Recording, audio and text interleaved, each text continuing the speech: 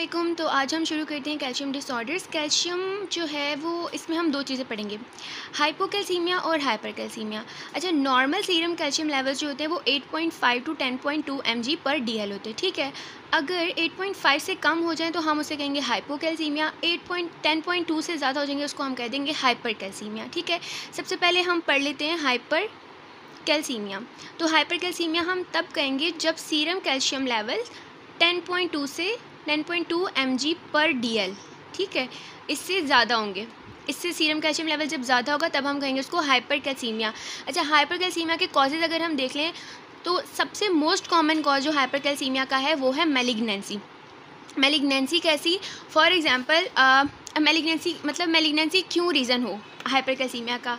क्योंकि बहुत से जो है ना मैलिग्नेंसी ऐसी होती हैं जो parathyroid hormone related peptide release करती हैं, ठीक है। तो मैलिग्नेंसी का अगर हम कॉज जो है देखें, जो कि मोस्ट कॉमन कॉज है हाइपरकैल्सीमिया में, तो वो क्यों है? क्योंकि बहुत से ऐसे कैंसर्स हैं जो parathyroid hormone related peptide release करते हैं, ठीक है। जैसे कि कौन कौन से हो गए? स्क्वैमस सेल कार्सिनोमा हो गया, ठीक है, ब्रेस्ट, ब्लैडर और रीनल कैंसर्स, ये भी सारे जो है वो parathyroid hormone related peptide release करते हैं। और वो क्या करता है? वो जाके कैल्शियम की सिक्रीशन को स्टिमुलेट करता है, ऑस्टियोक्लास्टिक एक्टिविटी बढ़ाता है। पैराथायरॉयड हार्मोन का जो काम है कि पैराथायरॉयड हार्मोन जब रिलीज़ होता है वो ऑस्टियोक्लास्टिक एक्टिविटी कराता है, उसकी वजह से सीरम में कैल्शियम लेवल्स बढ़ जाते हैं, ठीक है।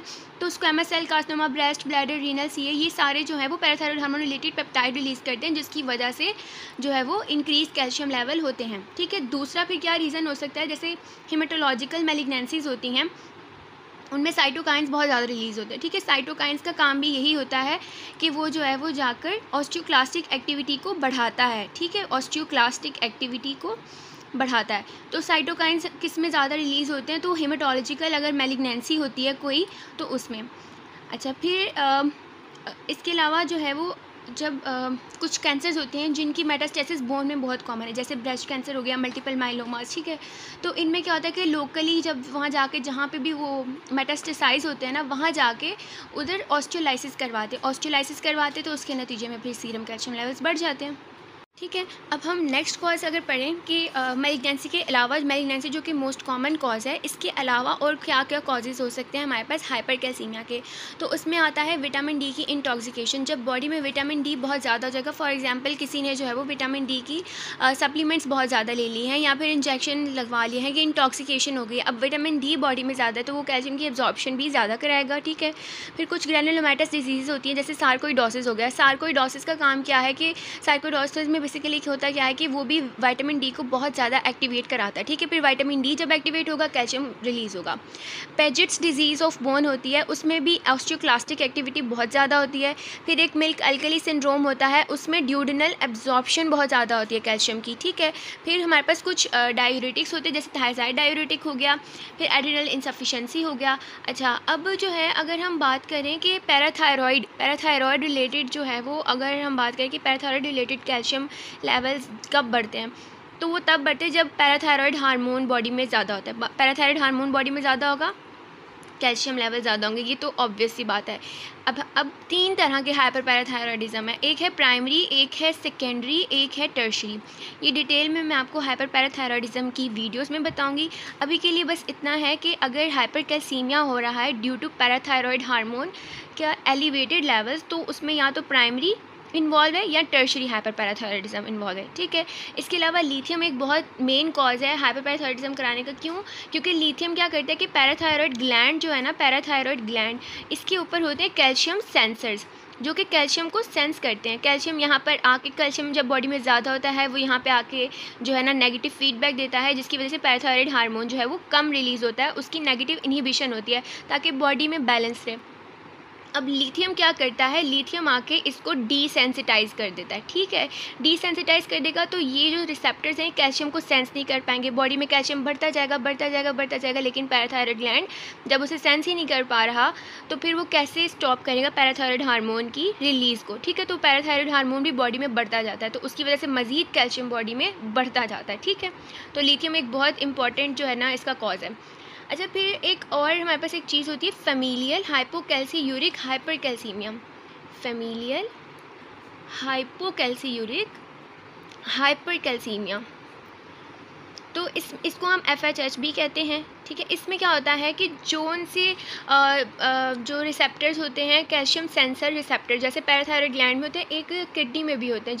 जब बॉडी में कैल्शियम ज़्यादा होता है तो वो फिर किडनी उसे एक्सक्रीट आउट करती है। तो ये क्या होता है, इस डिज़ीज़ में क्या होता है कि वो जो सेंसर होते हैं ना, पैराथायरॉयड ग्लैंड और किडनी दोनों में उन सेंसर्स की म्यूटेशन हो जाती है। अब जब वो म्यूटेशन हो जाती है, वो कैल्शियम को सेंस नहीं कर पाते, ठीक है ना। पैराथायरॉयड ग्लैंड सेंस कर पा रहा है तो वो भी पैराथायरॉयड हार्मोन रिलीज़ करता रहेगा।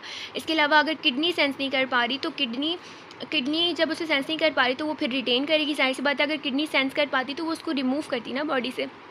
जब किडनी सेंस ही नहीं कर पा रही तो वो कैसे रिमूव करेगी, तो वो किडनी में जो है ना रिटेन होता रहता है और बॉडी में भी रिटेन होता रहता है और कैल्शियम लेवल्स इस तरह बढ़ते रहते हैं, ठीक है। अच्छा, इसमें अगर इम्पॉर्टेंट चीज़ होती है ना कि हमें डिफ्रेंशिएट करना हो फैमिलियल हाइपोकैल्सीमिक हाइपरकैल्सीमिया को, तो इसमें एक इम्पॉर्टेंट होता है कि इसमें लो यूरिनरी कैल्शियम होता है। क्यों होता है? क्योंकि ऑब्वियसली किडनी उसको एक्सक्रीट नहीं कर पा रही, ठीक है। तो ये एक बहुत इंपॉर्टेंट इंडिकेटर है बताने का कि फैमिलियल हाइपोकैल्सीयूरिक हाइपरकैल्सीमिया बॉडी में चल रहा है, ठीक है, कि यूरिन में कैल्शियम के लेवल्स कम होंगे। अच्छा, अब अगर हम क्लिनिकल फीचर्स की बात कर ले तो अब देखो, कैल्शियम जो है ना, कैल्शियम का इफ़ेक्ट कहाँ कहाँ है, ठीक है।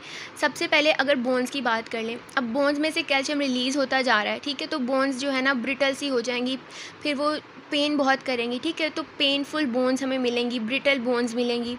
जब कैल्शियम बॉडी में वो बोन से कैल्शियम सारा जो है ना सीरम में आ रहा है, तो बोन्स में तो नहीं रहा, तो फिर बोन्स में दर्द होगा, ठीक है।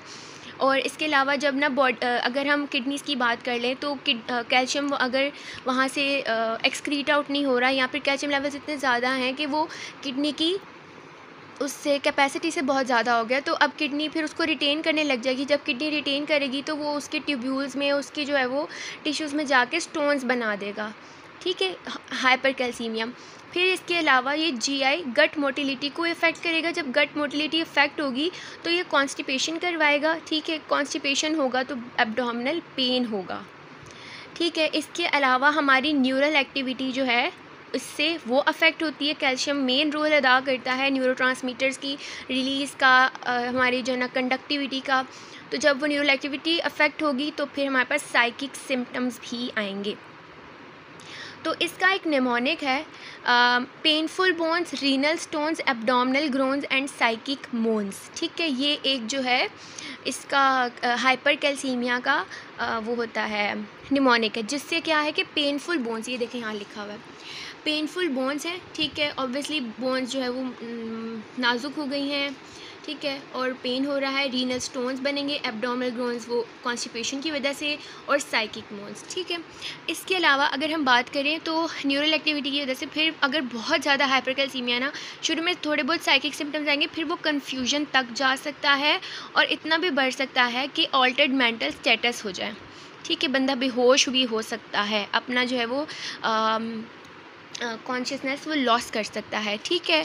इसके अलावा जो है वो बॉडी में कैल्सीमिया हो रहा है तो वो डिहाइड्रेशन भी करवाएगा।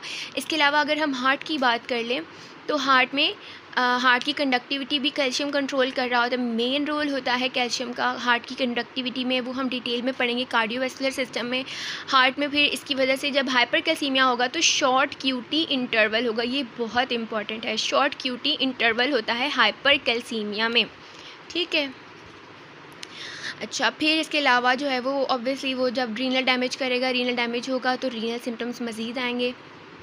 अच्छा, अब हम बात कर लेते हैं कि डायग्नोसिस कैसे करेंगे और हम लैब टेस्ट कौन से करवाएंगे, ठीक है।